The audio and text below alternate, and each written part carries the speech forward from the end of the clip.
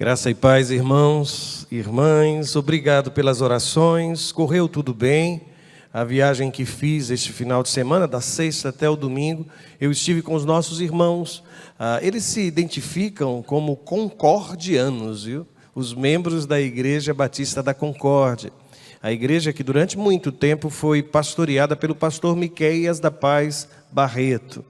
Lá estive, eles completaram 100 anos de história, 100 anos de história. E eu estava conversando com a Cláudia, falando da minha alegria, sabe, irmãos? Porque eu me sinto honrado, sim. Ao longo deste ano, algumas igrejas em Recife celebraram seu centenário. E eu participei de 4 celebrações. Isso para mim é uma honra, é um privilégio muito grande. E eu agradeço a Deus, inclusive a visão dos irmãos e a percepção de que também isto tem sido ministério na minha vida. Pregar, falar, nos mais diferentes locais, quando eu tenho a oportunidade de fazê-lo, meus irmãos, que seja feito para a glória de Deus.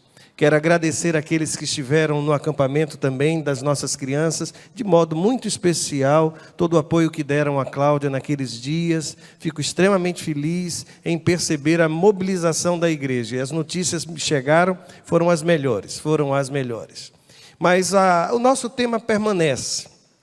Diário de bordo, e hoje é a nossa terceira visita àquela que foi a viagem missionária do apóstolo Paulo. Atos capítulo 20, versos de 1 a 12, o texto sagrado vai dizer assim: E depois que cessou o alvoroço, Paulo chamou a si os discípulos e, abraçando-os, saiu para a Macedônia. E, havendo andado por aquelas terras, exortando-os com muitas palavras, veio à Grécia. E passando ali 3 meses, e sendo-lhe pelos judeus postas ciladas, como tivesse de navegar para a Síria, determinou voltar pela Macedônia.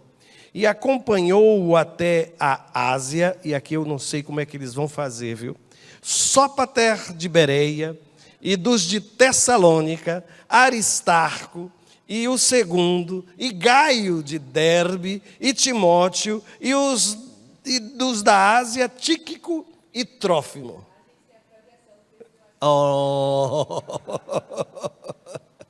Estes, indo adiante, nos esperaram em Troade, e depois dos dias dos pães ázimos, navegamos de Filipos. E em 5 dias fomos ter com eles a Troade, onde estivemos 7 dias. E no primeiro dia da semana, ajuntando-se os discípulos para partir o pão, Paulo, que havia de partir no dia seguinte, falava com eles, e prolongou a prática até a meia-noite. E havia muitas luzes no cenáculo onde estavam juntos. E estando um certo jovem, por nome Eutico, assentado numa janela, caiu do 3º andar, tomado de um sono profundo que lhe sobreveio durante o extenso discurso de Paulo, e foi levantado morto. Paulo, porém, descendo, inclinou-se sobre ele e, abraçando-o, disse: Não vos perturbeis, que a sua alma nele está. E subindo e partindo o pão, e comendo ainda, lhes falou largamente, até a alvorada, e assim partiu. E levaram vivo o jovem, e ficaram não pouco consolados. Você deve ter percebido que a nossa caminhada é marcada por abraços e por ciladas. E é interessante porque no versículo 1, a referência são os abraços, né? O texto vai dizer que Paulo chamou a si os discípulos e, abraçando-os, saiu para a Macedônia. Eu acho interessante que algumas pessoas têm uma enorme dificuldade com o contato físico. Mas em algumas culturas, o abraço, o ósculo, o beijo, faz parte daquilo que é a regra comum de comportamento. E é interessante porque em algumas culturas, o abraço, o toque, o segurar a mão entre pessoas do mesmo sexo é permitido e é tolerado. Agora, o contrário, não. Eu me recordo, sim, de chegar em alguns lugares deste mundo de meu Deus e ser saudado com ósculos, com beijos pelos irmãos daquela comunidade, os homens daquela comunidade. É, às vezes até estranho, mas assim o é. Assim o é. E nesse texto, Paulo faz questão de abraçar os que são os discípulos do Senhor. Entre discípulos, abraços. Só que o texto prossegue e no versículo 3 diz que passando ali 3 meses e sendo-lhe pelos judeus postas ciladas. Então, deixa eu entender. No meio do povo de Deus, abraços. E os inimigos preparando ciladas. Essa é a ordem, pelo menos, aceitável. O que eu não consigo entender é como, às vezes, no meio do povo de Deus surgem ciladas. E, às vezes, fora do povo de Deus, a gente recebe abraços. No meio do povo de Deus, irmãos, nós precisamos preservar esta intimidade, esta fraternidade, esta comunhão. E o texto sagrado nos incentiva a isso. Eu não estou aqui estabelecendo regras, mas o que eu quero dizer aos irmãos é que nós somos uma família e nós precisamos, sim, de alguma forma, expressar esse amor que sentimos uns pelos outros. Um aperto de mão, um sorriso. Se você vem para o culto da igreja, você não vem somente para adorar a Deus. Você vem para adorar a Deus na comunhão com os seus irmãos. Então, algumas coisas podem, sim, ser evitadas. Sabe aquela coisa de você chegar depois que o culto começa e sair antes que ele termine? Sabe você sentar-se e procurar o lugar mais ermo dentro do santuário para não precisar falar com ninguém? Sabe aquela coisa de você não dar nem sequer um boa noite ou um bom dia às pessoas que estão à sua volta? A igreja precisa ser um lugar de gentileza, um lugar de generosidade. Às vezes, tudo que uma pessoa está necessitando é de que alguém olhe, fale, cumprimente. E quantas pessoas entram sem serem notadas e saem como se lá nunca tivessem estado. É por isso que eu quero incentivar os irmãos, aqui no meio dos discípulos, se multipliquem os abraços. E que as ciladas, se porventura vierem a acontecer, que seja lá fora, não no meio do povo de Deus. Não no meio do povo de Deus. Agora, eu não sei se vocês observaram isso, mas uma das marcas do ministério de Paulo foi exatamente a formação de liderança. Quando eu fiz referência aos nomes que seriam aqui mencionados, deixa eu mostrar-lhes. O texto vai dizer que da Ásia, e acompanhou até a Ásia, aí o texto diz assim, Sopater, lá da Bereia. De Tessalônica, esse nome já foi aqui mencionado, Aristarco. Aí diz, e segundo também. Depois de Derbe vem Gaio e Timóteo. E da região da Ásia, 2 nomes, Tíquico e Trófimo. Sem contar que são nomes belíssimos, o que é que esse texto lhe sugere? Observe. Parece-me que Paulo ele vai passando pelos lugares e vai tentando identificar líderes em potencial. Ele tem uma percepção clara de que aquele homem, aquela pessoa pode se tornar um líder do povo de Deus. E aí o que é que ele faz? Venha comigo. Ele convida essas pessoas para que estejam ao seu lado. Isso significa, irmãos, e é interessante isso, porque mesmo no ministério de Jesus, essa também foi uma característica. Jesus esteve com multidões, multiplicou pães e peixes, fez discurso para as multidões, mas diz o texto sagrado que ele também tinha aqueles momentos reservados entre ele e os seus apóstolos. E mais ainda, dentro do grupo dos apóstolos, ele tinha um grupo ainda mais próximo, que era o Pedro, Tiago e João. Isso significa que quando, no exercício da liderança, nós precisamos sempre estar atentos. E aqui eu vou falar diretamente com quem é professor da escola dominical, com quem trabalha em algum ministério, porque você foi colocado na igreja também com esta tarefa, de observar, de identificar líderes em potencial, líderes em quem você vai investir a sua própria vida, em que você vai confiar, dando tarefas. Uma das coisas maravilhosas que eu observei neste último acampamento foi um grande número de pessoas que se encontraram de alguma forma e estavam ali servindo e não estão envolvidos em outros ministérios da igreja. Isso é tão saudável, irmãos, tão saudável. Aliás, alguém já disse que a saúde da igreja, ela pode ser preservada na medida em que um número maior de pessoas deixam de ser espectadores para serem agentes. À medida em que as pessoas se envolvem, menor as dificuldades, muito menor, porque a visão vai ser uma visão de dentro e não uma visão de fora. Então a gente começa a assumir compromissos, a gente investe, a gente chega cedo porque tem algum compromisso, tem alguma responsabilidade. Paulo, não somente aqui, eu observo isso, mas notem, aqui há, por exemplo, a citação de Timóteo. Timóteo está com o apóstolo Paulo e depois ele é colocado na liderança de uma igreja local e ainda recebe cartas do apóstolo Paulo que nós temos no Novo Testamento. Por isso é muito importante, irmãos, investirmos na formação de liderança. Quando eu vejo gente chegando, aliás, uma das coisas impressionantes é como a igreja é um grande laboratório, não somente para despertamento de lideranças dentro da comunidade, mas fora da comunidade. Eu vou só dar um exemplo. Um menino, um jovem da nossa igreja, um adolescente que cresceu, que teve a oportunidade de dirigir um encontro, que teve a oportunidade de preparar um texto e elaborar um sermão e pregar esse sermão.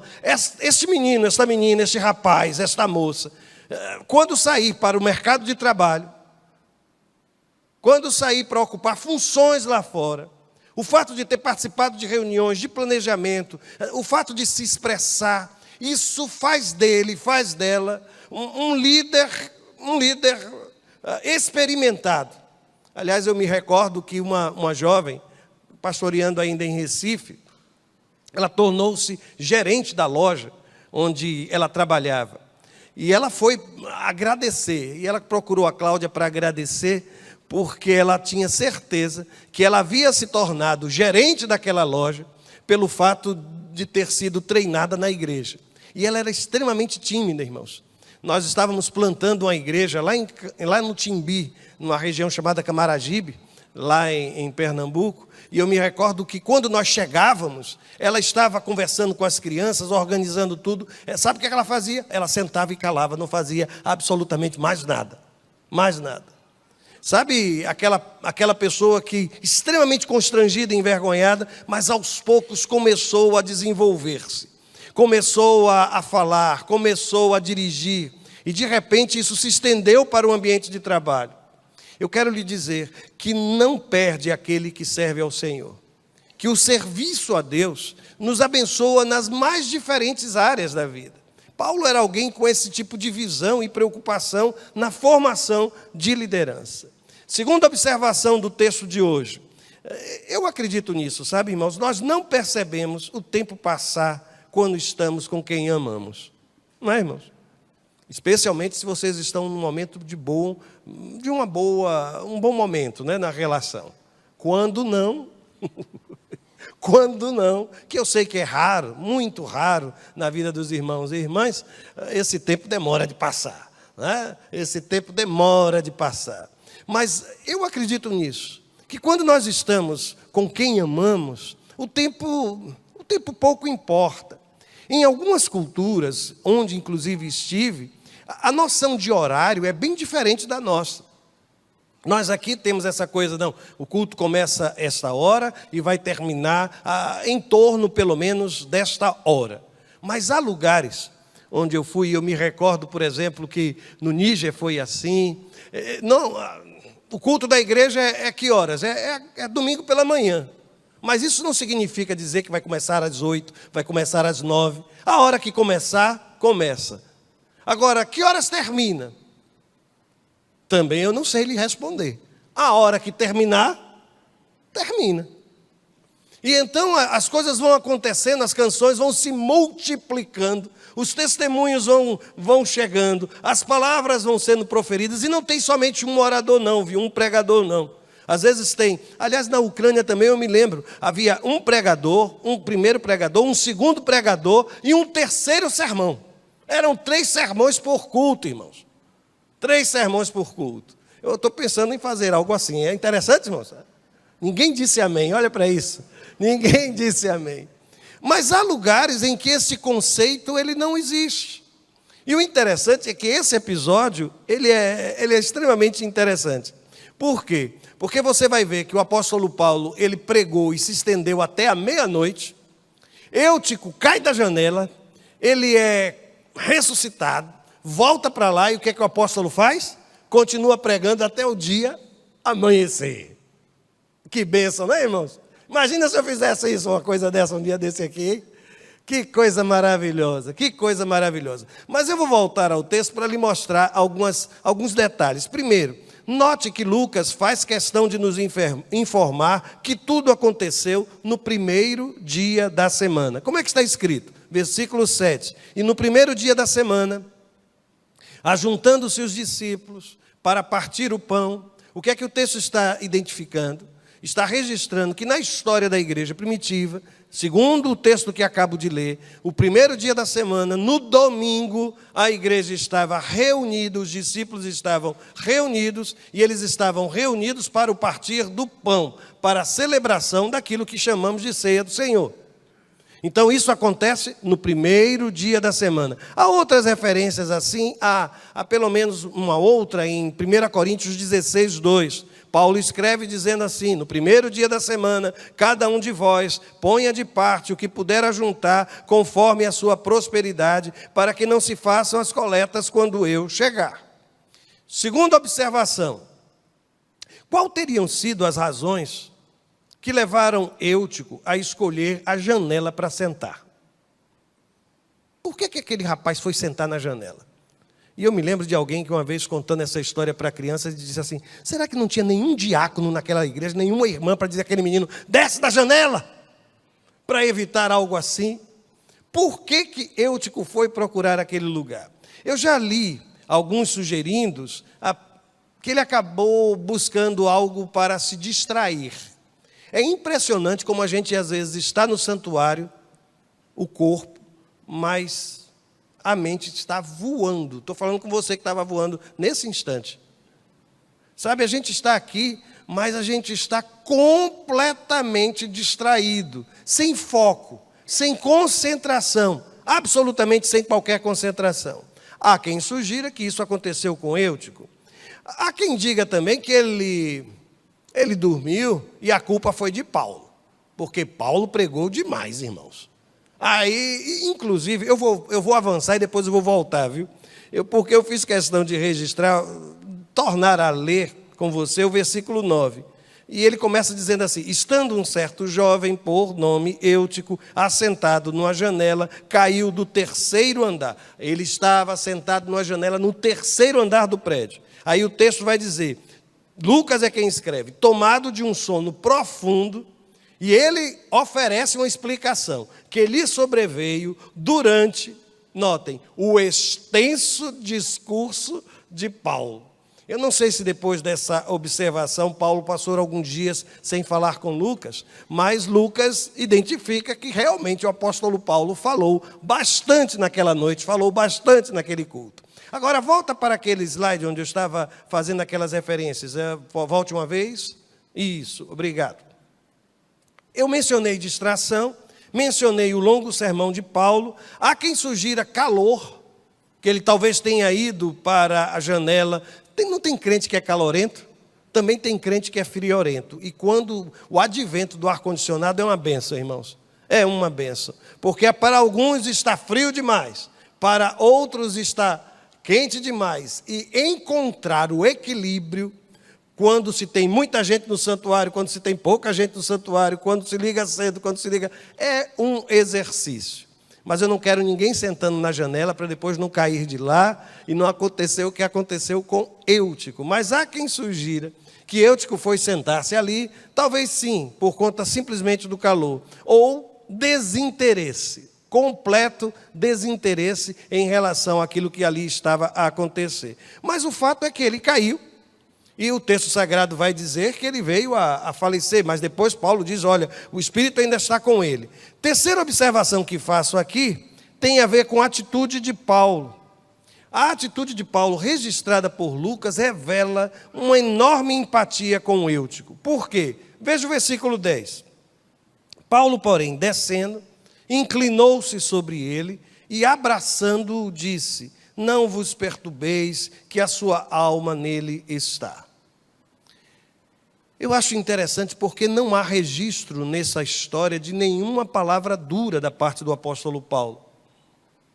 Paulo desce e não condena aquele rapaz, não critica o comportamento daquele rapaz, não joga sobre ele o peso da culpa sobre tudo que aconteceu. O apóstolo Paulo desce, diz o texto que ele se inclina, ele o abraça, e depois uma palavra tão suave para o resto da igreja, diz: olha, não precisam ficar preocupados, que a sua alma ainda nele está. E aí o texto prossegue dizendo que subindo e partindo o pão e comendo, ainda lhes falou largamente até a alvorada, e assim partiu. E aí o texto vai dizer que levaram vivo o jovem e ficaram não pouco consolados. Não pouco consolados. Eu estou chegando ao final da palavra da noite de hoje, mas eu quero compartilhar com os irmãos e com quem está em casa 3 coisas. Primeiro, uma preocupação. Segundo, uma decisão. E terceiro, um pedido. Eu tenho estado muito preocupado com o número de enfermos em nossa comunidade nessas últimas semanas, irmãos. Muito. Preocupado, sim. Inclusive com gente que a gente não pode nem visitar, que está em isolamento, que passou por uma UTI. E isso me preocupa, irmãos. Sabem por quê? Porque eu fui abençoado pelas suas orações. E essa gente precisa das orações do povo de Deus. Essa é a minha preocupação. Segundo, eu disse que eu queria compartilhar com você uma decisão. Eu vou retomar aqueles encontros de oração da manhã. Nesses últimos dias em Recife, eu fui procurado por tanta gente, agradecido a esta igreja, gente agradecida a esta igreja, que durante o período da pandemia, fez de nossa comunidade a sua igreja. E ainda hoje estão nos acompanhando. Acreditam nisso? Sabem detalhes da vida da igreja, como é que está fulano está bem, como vai aquele pastor. E ainda falam também das experiências de oração da manhã, dizendo: pastor, o senhor não sabe como aquilo me abençoou, como eu fui edificado. Então eu estou tomando uma decisão de retomar aqueles encontros de oração por um período agora de mais 30 dias. Não sei o que vai acontecer depois, mas nós precisamos orar, irmãos. Essa gente precisa da oração do povo de Deus. Chegar aqui na quarta-feira, fazer aquele momento de oração, no domingo, nos cultos, fazer aquele momento de oração, é pouco em relação àquilo que nós podemos fazer no ministério de intercessão. Eu acredito que você pode estar fazendo isso em sua casa e deve estar fazendo. Mas eu quero desafiar os irmãos. Eu pensei em começar somente na próxima segunda-feira. Mas sabe o que é que eu percebi? Não. Sexta, sábado, domingo, 3 dias. Deus pode fazer tanta coisa em 3 dias, irmãos. E aí o que é que vai acontecer? A minha decisão é, amanhã, às 6h30 da manhã, eu vou estar lá na minha conta do Instagram novamente, para orar com você, orar por você. Irmãos, nós temos o Luiz, nós temos o Guilherme, o pequeno Guilherme, nós temos a Isabela. Eu consegui entrar em contato com o Laete, ele falando sobre as dificuldades, a oscilação, como é que ela está. Para os médicos segue o procedimento, né, o protocolo, mas nós precisamos estar em oração. Temos muitas pessoas precisando de nossas orações. E em terceiro lugar, um pedido: multiplique essa informação. Você provavelmente conhece pessoas que partilharam daqueles nossos momentos de intercessão. Então, pastor, mas amanhã, sim, amanhã, às 6h30 da manhã, eu vou estar com você em oração. E o meu pedido é esse. Sabem por quê? Porque quando acontece uma dificuldade tão grande como essa que aconteceu com Eutico, alguém precisa descer, chegar ali ao lado, orar e clamar ao Senhor. E o Senhor traz respostas, irmãos. O Senhor há de nos trazer resposta. Precisamos continuar sendo essa igreja presente nas dificuldades dos nossos irmãos e irmãs. E aí eu quero desafiar os irmãos. Os próximos, até o mês de novembro, nós vamos estar em oração uns pelos outros, todos os dias, às 6h30 da manhã, na minha conta pessoal no Instagram. E eu quero desafiar você a participar e a multiplicar esse convite, para que outros possam ser alcançados. Levar os nomes, sim. E aí nós vamos montar aquele exército que ora, que clama, que suplica, que pede a Deus. Então você que está também nos acompanhando à distância, é o nosso convidado. Você está sendo desafiado, desafiada, a fazer como fez o apóstolo Paulo. Abraçar, orar, e aí o texto sagrado diz que aquela gente, quando viram o jovem novamente vivo, aí o texto diz que eles ficaram não pouco consolados. É uma expressão tão interessante, né? Não pouco consolados. É isso que nós queremos, que a igreja encontre o consolo a partir da oração do povo de Deus. A partir da oração do povo de Deus. Então amanhã, viu? Às 6:30 da manhã, estaremos em oração uns pelos outros e apresentando todos esses pedidos ao nosso Senhor. Estamos terminando aqui a celebração da noite de hoje. Eu quero agradecer aqueles que durante o dia mandaram recado e mensagens para o Davi. Davi hoje completou, irmãos, está completando 15 anos de idade, o meu rapaz. 15 anos, maior que eu e com uma história, viu, com uma biografia já com tanta coisa, uma história linda, uma história de vitórias. E eu quero agradecer aos irmãos que têm orado por ele e têm pedido que Deus o abençoe. Você vai ter agora o seu momento de oração final e depois da sua oração nós vamos para o nosso momento de comunhão. Quero sugerir tão somente que você se aproxime das pessoas que estão aí à sua volta. Forme um pequeno grupo de oração. Eu já vou me despedir de quem está em casa, porque esse pessoal fica desconectado quando a gente está aqui em grupos de oração. Mas aí você vai formar um pequeno grupo de oração. Eu sei que ainda temos, eu conversei há pouco, no início do culto, perguntando, porque alguns irmãos presbiterianos estavam lá em Israel e devem retornar essa madrugada, não é isso? Para o Brasil. E, inclusive, daqui, membros da Igreja Presbiteriana do Farol, não é isso? Estão também ali. Então, nós precisamos... Como? De bebedouro também?